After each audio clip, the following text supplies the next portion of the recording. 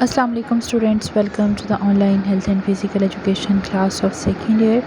امید ہے آپ سب لوگ خیریت سے ہوں گے اور جو لیکچر آپ کو دیا جاتا ہے آپ ساتھ ساتھ اس کو یاد بھی کر رہی ہوں گی۔ ہمارا آج کا جو لیکچر ہے وہ ہے rules for throwing the javelin. میں آج آپ کو جو ہے وہ جیولن کے بارے میں پڑھانے جا رہی ہوں۔ جیولن کے بارے میں مزید میں آپ کو ڈیٹیل سے جو ہے وہ پڑھاؤں گی انشاءاللہ۔ تو آئیے میں آپ کو اس کے تعارف کے بارے میں بتاتی ہوں۔ تعارف ہے، پرانے زمانے میں مختلف قبیلے نیزے اور بالے کو بطور شکار کرنے اور دفاع کرنے کے لیے استعمال کرتے تھے۔ کسی مقرر کردہ نشان کو نشانہ بنانا ان کا مقبول تھا۔ ہاٹسنٹاٹ 100 قدم سے چھوٹے مقرر کردہ نشان کو نشانہ بنانے کا ماہر تھا، اور جو بالادستی تھا وہ 300 میٹر کے فاصلے سے کسی بھی چیز کو اپنے 1.30 میٹر لمبے اور انگلی کے برابر موٹے نیزے سے نشانہ بنا سکتا تھا۔ پھر 1817 کی بات کی جائے تو اس سے سویڈن اور ہنگری میں اسے باقاعدہ کھیلوں کا حصہ تصور کیا جانے لگا۔ ان دنوں مقابلے دو طرح کے ہوتے تھے، ایک تو نیزے کو درمیان سے پکڑ کے پھینکا جاتا تھا اور دوسرا نیزے کو دم کے نزدیک کھونٹی میں انگلی پھنسا کر جو ہے وہ پھینکا جاتا تھا۔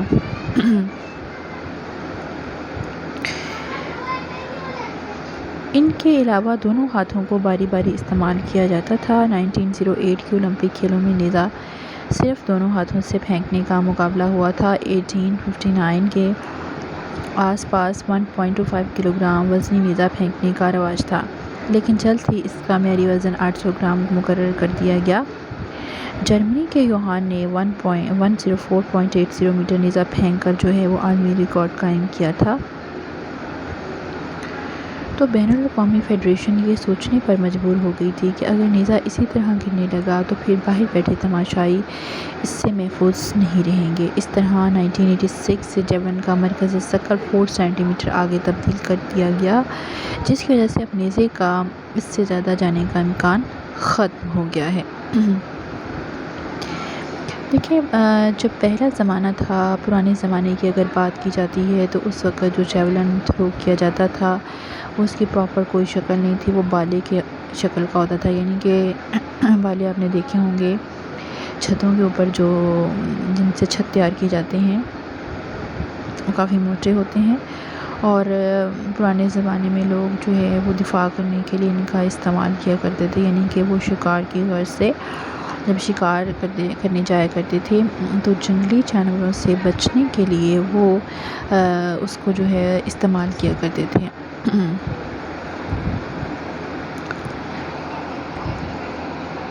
کیونکہ پرانے زمانے میں اس کو دفاع کے لیے یوز کرتے تھے، لہٰذا اس کے بالے کی شکل کا ہوتا تھا۔ پھر جدید شکل جو ہے آہستہ آہستہ یہ جدید شکل اختیار کر گیا، اور پھر یہ انگلی کے برابر موٹے جو نیزے ہیں اس کی شکل ہو گئی تھی۔ پھر 1817 سے اگر بات کی جاتی ہے تو سویڈن اور ہنگری میں اسے باقاعدہ کھیلوں میں شامل کرنے گیا تھا۔ اب آپ کو شارٹ کویسچن یہ بھی آ سکتا ہے کہ 1870 میں اسے کھیلوں میں کس جگہ باقاعدہ کھیلوں کا حصہ تصور کیا جانے لگا، تو آپ نے سویڈن اور ہنگری کا نام جو ہے وہ بتانا ہے۔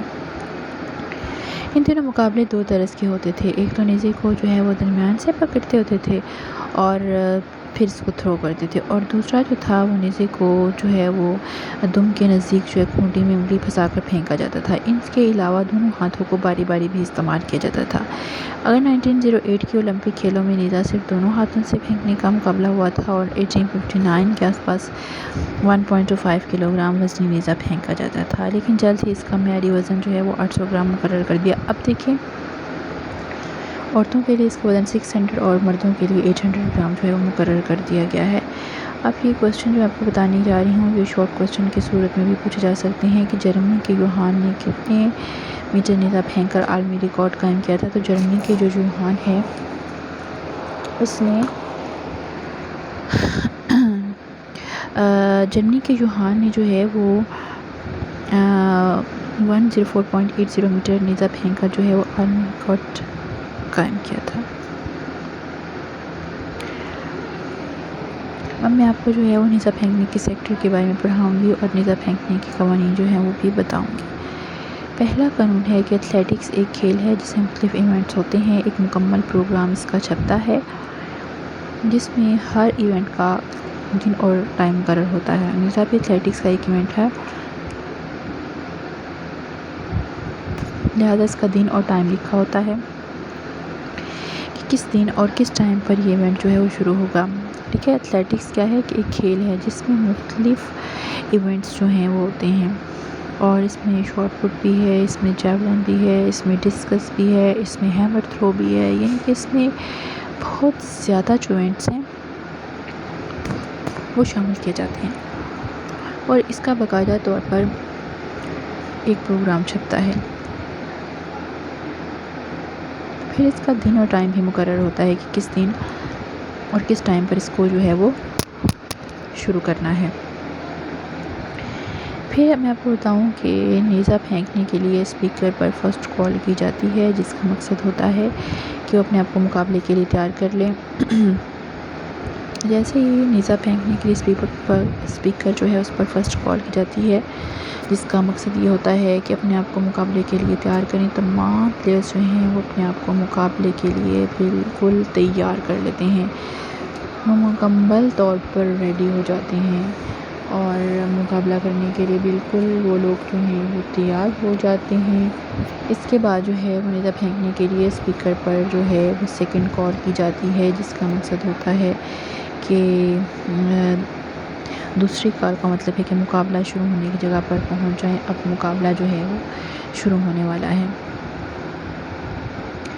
مقابلہ شروع کرتے وقت جو کھلاڑی ہوں گے ان کی باری کا تعین قرعہ اندازی کے ذریعے کیا جاتا ہے۔ ہاں جی، مقابلہ شروع کرنے سے پہلے کھلاڑیوں کا ہمیشہ قرعہ اندازی کی جاتی ہے، کبھی بھی ایسے نہیں ہوتا کہ فلاں کو فرسٹ پوزیشن، دوسرے کو سیکنڈ، یعنی اپنی مرضی سے کسی کو کوئی پوزیشن الاٹ نہیں کی جا سکتی۔ ہمیشہ جو ہے مقابلہ شروع ہونے کے جو ہے وہ مقابلہ شروع ہونے سے پہلے جو ہے ان کی قرعہ اندازی کی جاتی ہے۔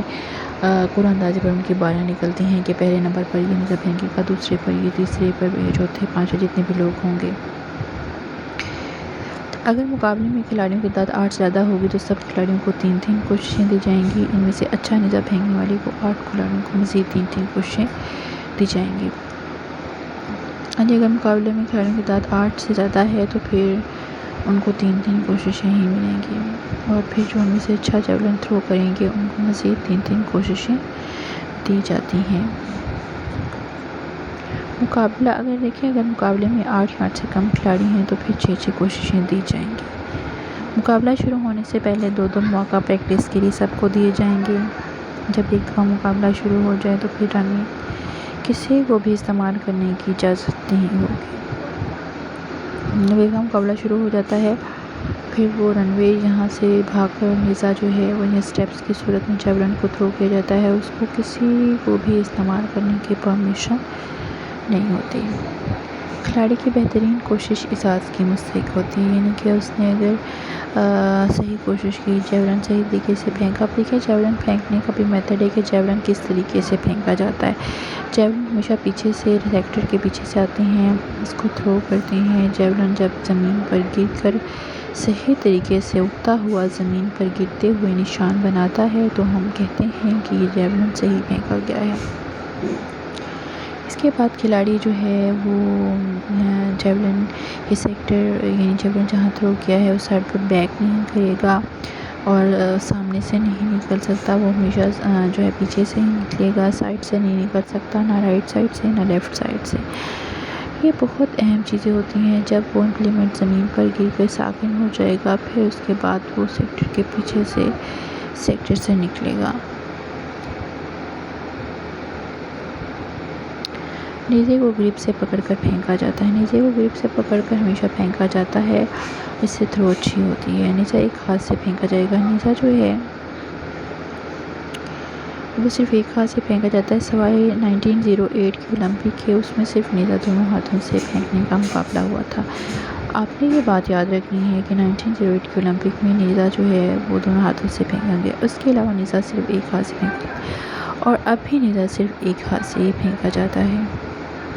نیزا کندھے کے اوپر سے پھینکا جاتا ہے۔ ہاں جی، نیزا ہمیشہ کندھے کے اوپر سے پھینکا جاتا ہے، کندھے کے نیچے سے نیزا نہیں پھینکا جاتا۔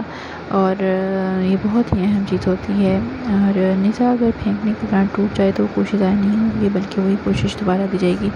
بعض اوقات ایسا ہوتا ہے کہ نیزہ پھینکتے وقت نیزہ جو ہے وہ ٹوٹ جاتا ہے، تو ان صورتوں میں نیزہ جو ہے وہ پھینکا جاتا ہے اور وہ نیزہ ٹوٹ جائے تو پھر کیا ہوگا کہ کوشش ضائع نہیں ہوگی بلکہ وہی کوشش جو ہے وہ دوبارہ دی جاتی ہے۔ نیزے کا نوک پر سرا سب سے پہلے زمین کو ٹچ کرے اور نشان بنائے۔ ہاں جی، نیزے کا جو نوک پر سرا ہے وہ زمین پر لگنا چاہیے اور اس کو نشان بنانا چاہیے۔ نیزہ جب زمین پر ٹچ ہو جائے تو پھر کھلاڑی کو اس کے پیچھے سے رنوے سے باہر نکلے گا اور اسٹریٹ لائن کو کراس نہیں کرے گا بلکہ اس سے پیچھے، یعنی کہ میں نے آپ کو بتایا ہے کہ جیولن جیسے تھرو کیا جاتا ہے فرنٹ سے نکل جاتا ہے، بیک سے نہیں نکل سکتے۔ اگر بیک سے نکلتے ہیں تو یہ فاؤل ہوتا ہے۔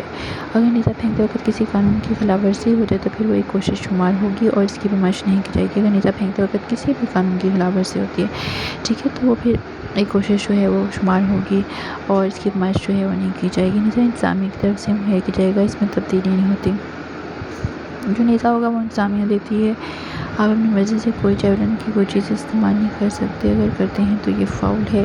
ہمیشہ انتظامیہ ہی وہ چیز مہیا کرتی ہے۔ آپ نے جو جوکرز پہنے ہوتے ہیں ایتھلیٹک ایونٹس میں اگر پارٹیسپیٹ کیا جاتا ہے تو اس میں جو پلیئرس کے جوکرز ہوتے ہیں، ایتھلیٹ کے جوکرز ہوتے ہیں، اس کا ٹریک سوٹ ہوتا ہے، ایون کہ کچھ بھی جو یوز ہوتا ہے وہ سب کچھ انتظامیہ مہیا کرتی ہے۔ وہ اپنی طرف سے ایک ایتھلیٹ جو ہے وہاں پر کوئی نشان نہیں استعمال کر سکتا، کچھ بھی نہیں لگا سکتا۔ وہ انتظامیہ جو ہے اگر اس کو چوٹ لگ جاتی ہے، انتظامیہ اسے پرچی مہیا کرتی ہے، وہ پٹی وغیرہ جو ہے وہ اس پر لگا سکتا ہے۔ ڈاکٹر انتظامیہ کی طرف سے ہوتا ہے، وہ چیک کرتا ہے۔